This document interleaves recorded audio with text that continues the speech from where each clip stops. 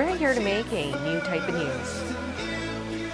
New insights, new styles, and new topics every day.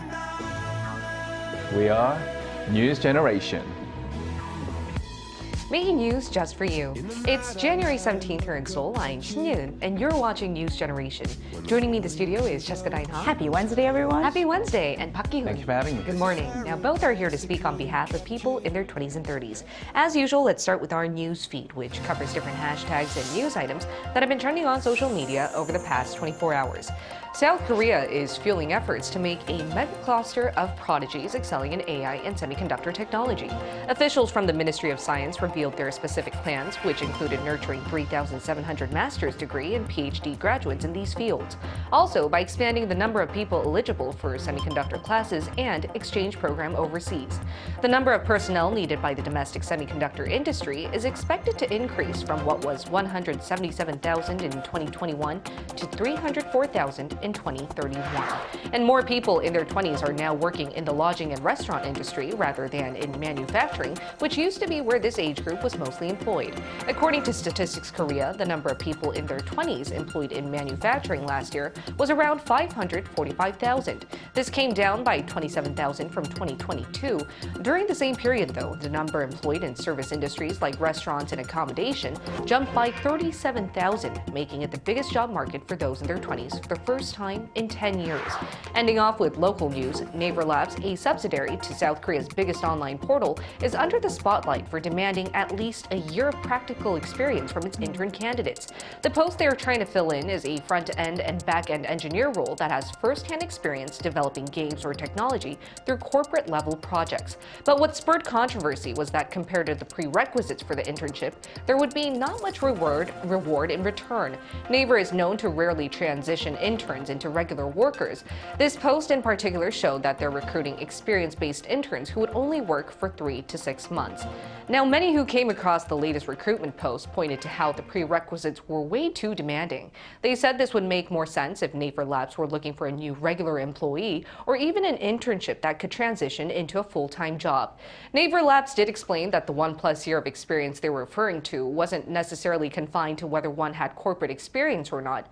Instead, it meant that those who attended at least 6 semesters of college and knew how to use certain programs and technologies as a potential developer. Now, here in the studio, what did you guys think about Naver Labs' latest recruitment post and the bar they set for a simple 6-month internship? Well, I'm just glad they didn't say it was a typo to begin with, but the wording did seem quite unrealistic, and it goes against the definition of internship. But Naver, being one of the biggest countries here in South Korea, will always be under scrutiny from the public, especially among many youngsters, because a lot of them actually want to work in this company for many different reasons. It would be a dream come true to land a full-time job here at this company, but due to this reason, there will always be fierce competition. So I just hope that within Korea, there'll be more job opportunities available in different sectors other than just IT, because I found out that there's so much competition in the IT industry because it is a high-paying job, but like you mentioned before, many youngsters are working in the not so much in the manufacturing industry, but also in the service industry, which is a good sign. So I think I want to see a bit more spread in job opportunities here in Korea. That's a very good point. Now, what about you, Jessica? What did you think about this news story? I think one of the things that kind of got me is because we already live in a society where it's highly competitive, and people sort of value the names and the companies that they work for. This is only going to exacerbate the situation. One of the things that I want to point out is internship literally means a Latin intern within. So it means you gain experience from within, not have experience outside then try to come in. I think if they want to make it clear and want to hire workers with experience, which I understand, then I think instead of calling it an internship, it should be more like a contract worker. Like, hire them for a bit and then test them out, make sure that they have a feeling for the company and the company has a feeling for the workers, and then, maybe transition into a regular position. Instead of calling it an internship and then raising the prerequisites for an intern would only exacerbate the competition, to be honest. Exactly. That's a really good point. point, and our eyes will be on whether this news story develops from here on. Maybe Naver Labs will change their recruitment post. We'll still have to see. But in the meantime, let's change gears to our main discussion topic of the day. Many things happened before we ended off the year 2023. And one of the most notable incidents was the vandalizing of Seoul's Gyeongbokgung Palace.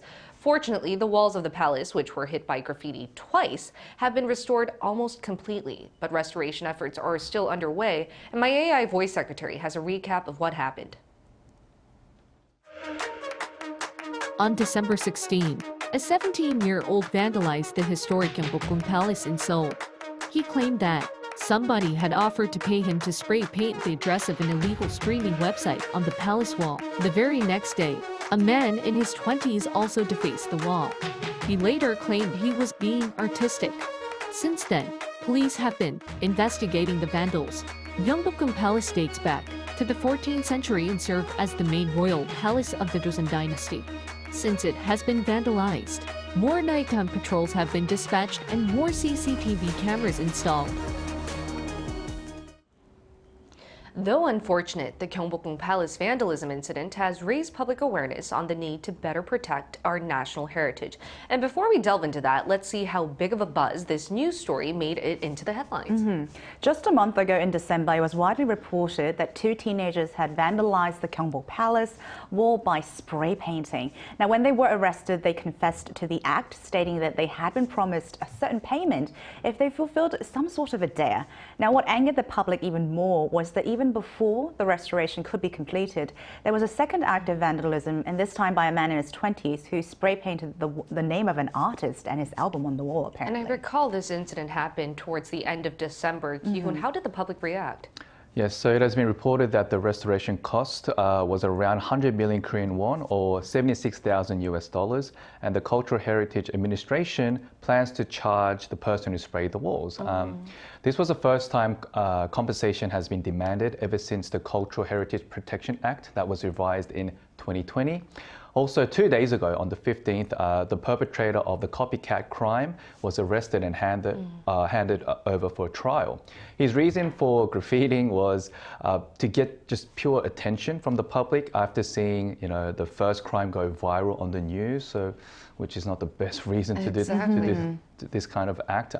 But on the other hand, the police are still undergoing a further investigation on the teen who committed the first vandalism. Exactly. As you mentioned, we have seen some developments since December. We've seen a lot of restoration acts come forth, and I think the public was enraged to see this towards the end of the year. But it's not the first time we've seen some people damage cultural heritage.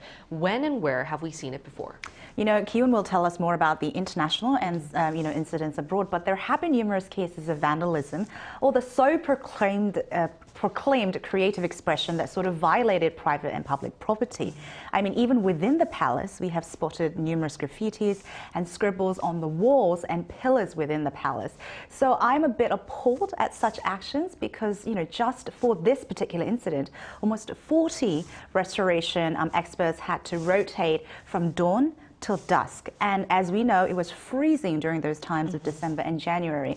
And, the machines would freeze and they would have to restart again. So there was a lot of resources, money, and human resources that were poured into the restoration because of some kind of dare that the teenagers did. It was more like a prank. And not only Gyeongbokgung Palace, but we've seen an arsonist burn down Sungnae, another national treasure. So it's not the first time that we've seen cases like this happen here in Korea. Right. But what about in other parts of the world? Right, these kinds of incidents are not only common here in Korea, but historical sites all around the world, like the Yosemite National Park in the United States, Himalaya Mountains, and Taj Mahal, all have been damaged and vandalized in some way in the past.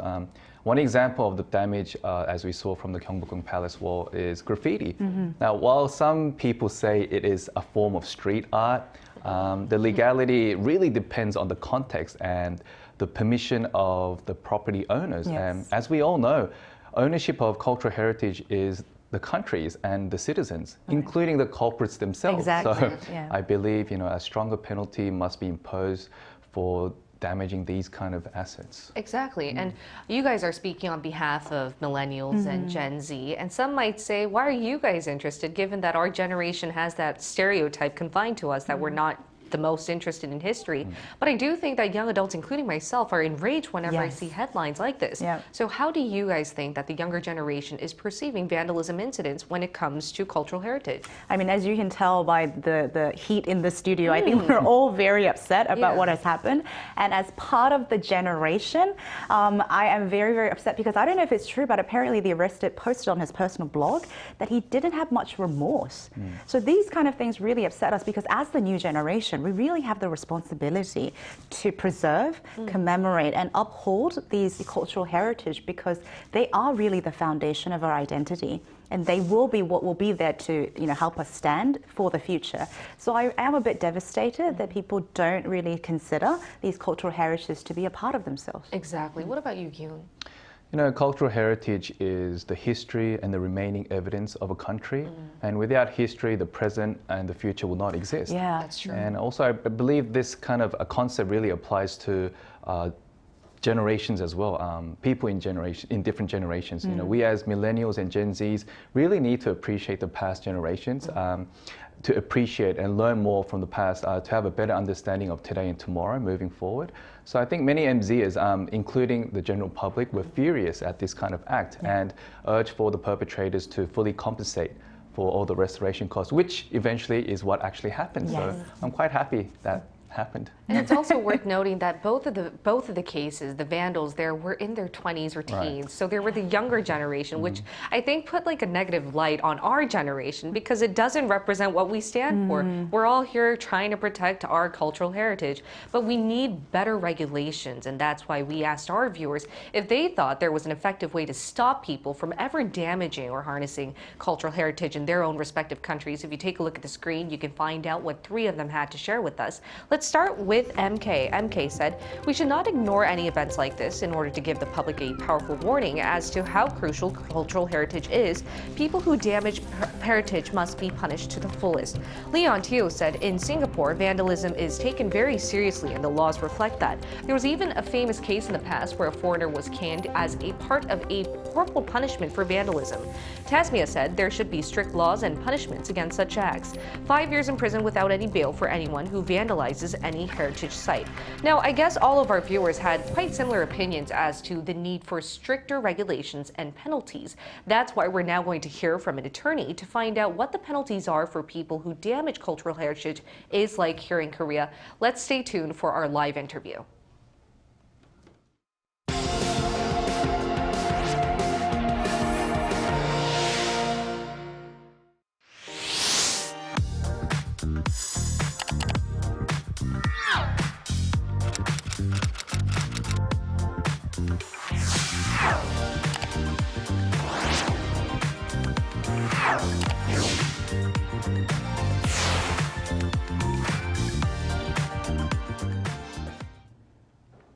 We're going to talk to a partner attorney at Peter & Kim. It's Yoon Seok-jun. Welcome, Seok-jun. Good morning. Good morning. Now, Seok-jun, we talked about the recent Gyeongbokgung vandalism incident, and we mentioned the need for stronger regulations. So as of now, what are the laws regarding vandalism or damage of cultural heritage here in Korea, and how are vandals punished? Yes, in Korea, the Cultural Heritage Protection Act, or 문화재 보호법, governs the issue. There are 2 types of consequences for vandalism. First, in the field of civil and administrative law, it is prohibited to write, draw, or engrave marks on designated cultural heritages. Anyone who committed the foregoing may be ordered to restore the cultural heritage to its original state, or ordered to pay the relevant costs and expenses. Second, as a criminal punishment, anyone who damages, steals, or conceals a nationally designated cultural heritage or otherwise harms its value shall be sentenced to a prison term of no less than 3 years. If the damaged cultural heritage is not a nationally designated cultural heritage, then the prison term will be no less than 2 years. Third and last, if the act is conducted by a group of people or with a dangerous object such as knife, or if a guard of the cultural heritage becomes wounded or even dead, then there will be aggravated penalties, in the worst case scenario, as severe as death penalty. You showed us different severity of the damages and the penalties that kind of come with it. So in terms of the Sungnaemun burning of the gate, what were the penalties like for the arsonist in that case? When the Sungnimun was burned down by an arsonist in 2008, he was sentenced to the prison term of 10 years. In that case, the 90% of the second floor of Sungnimun was totally destroyed, and the restoration took 5 years, and the related cost is known to be as much as 27 billion won, involving 35,000 people participated in the efforts. So this is one of the most severe occasions where this kind of activities occurred. There's another example. In 2017, someone damaged the Eonyang fortress in Ulsan by spray paint. A man graffitied the fortress with red spray to write some politically charged profanity on a 70-meter section of the fortress walls. In this case, he was sentenced to the prison terms of 2 years. It cost 20 million Korean won for restoration. Wow. Seokjun, as an attorney, how would you assess our laws and penalties against those who damage cultural heritage, and would stronger regulation better protect our national heritage? So currently under Korean law, other crimes subject to 3 or more years of prison terms is robbery and rape. So I think in these terms it is quite balanced. If you look at foreign countries, while China has severe penalties that can go up to the death penalty for major crimes against cultural heritages, such as looting and theft, the US, Japan, and Germany have generally similar sentences to Korea for crimes against cultural heritages, ranging from 1 to 5 years imprisonment, depending on the severity of the damages done. Interestingly, in the US, starting from the 3rd repeated offense, the offender will be punished with a prison sentence for up to 5 years or a fine of not more than 100,000 US dollars, regardless of the severity of the damage to the cultural heritage. In these terms, I think US is a little hard on the issue. That said, perhaps laws like this may deter potential offenders, but I believe what is more important is the social efforts to protect the cultural heritages. And speaking of social efforts, my last question to you, Seokjun, if I may. Do you think there's a correlation between a stronger penalty, whether that be stronger sentencing in jail or fines? Would that stop people from actually wanting to damage cultural heritage, in your opinion? So based on what actually happened in Korea, for example, the Sungnimun arsony, sometimes these people do not rationally think before they commit any actual act. So in those kind of scenarios, probably having this more severe penalties would not be helpful. Then we would have to see more efforts being fueled, as you mentioned, a social atmosphere where we're better educated to not do this. Though it does sound like common sense, I do think more public awareness needs to be shed upon. Thank you so much, Seokjun. It was a pleasure talking to you today. Thank you. Thank you. And Seokjun mentioned that stronger penalties might not be the most effective way as to engaging and guaranteeing that people stop vandalizing cultural heritage. Then what do we need to do to better protect them? You know, when I was listening to the interview, he told us about the damages that were done because of the arsonists and the resources and the people that were put in to restore our cultural heritage. It breaks my heart that people do not have the common sense to preserve these kind of cultural assets, because let's face it, they really make up who we are today, and it's our responsibility to preserve them and uphold them for the next generation, obviously. So I really do hope that people take more consideration and understanding, but also at the same time, I hope there's more media blast about the severity of the punishment that you would get when these things happen. Because at least you need to be aware of the penalties that you will be going through. Absolutely. And not only like penalties to yourself, like the consequences that it can cost the next generation. What about you, Kian? What are your thoughts on Definitely. this? And I do agree with what Cheska mentioned, but I think educating people the importance of national heritage could be another step. You know, we as a nation need to grow a better sense of civil awareness to raise the status of our country on the global stage. Because, you know, right now, everybody knows Korea. Who doesn't know South Korea? I know. But 10 years, 20 years ago, not many people knew about our country. But nowadays, you know, I think every country in the world would know South Korea. Yes. And because of that reason, I guess we as civilians really need to be extra careful in terms of damaging our cultural heritage. It's like what Cheska said, it's like spitting on our own face. Yeah. And our actions would directly affect those of the next generation. So it is also our responsibility, as the younger generation, to set the right examples for our future generation. Exactly. And if I may add on, I think another preventatory measure could be having more personal dispatch to these cultural heritage sites. As we've seen since the Gyeongbokgung vandalism incident, we're seeing more CCTVs as well as nighttime patrols. So even though it might be gruesome for the personnel out there, I think this is one effort that could really guide us in the right direction. In the meantime, we'll be here every day from 9:30 to 10 a.m. Korea time, bringing you more topics young people are talking about. Special thanks to Chester Hong. Pleasure's always mine. Thank you. Park Ki-hoon. Thanks for having me. All right, and thank you everyone for watching. We'll see you tomorrow. We are News Generation.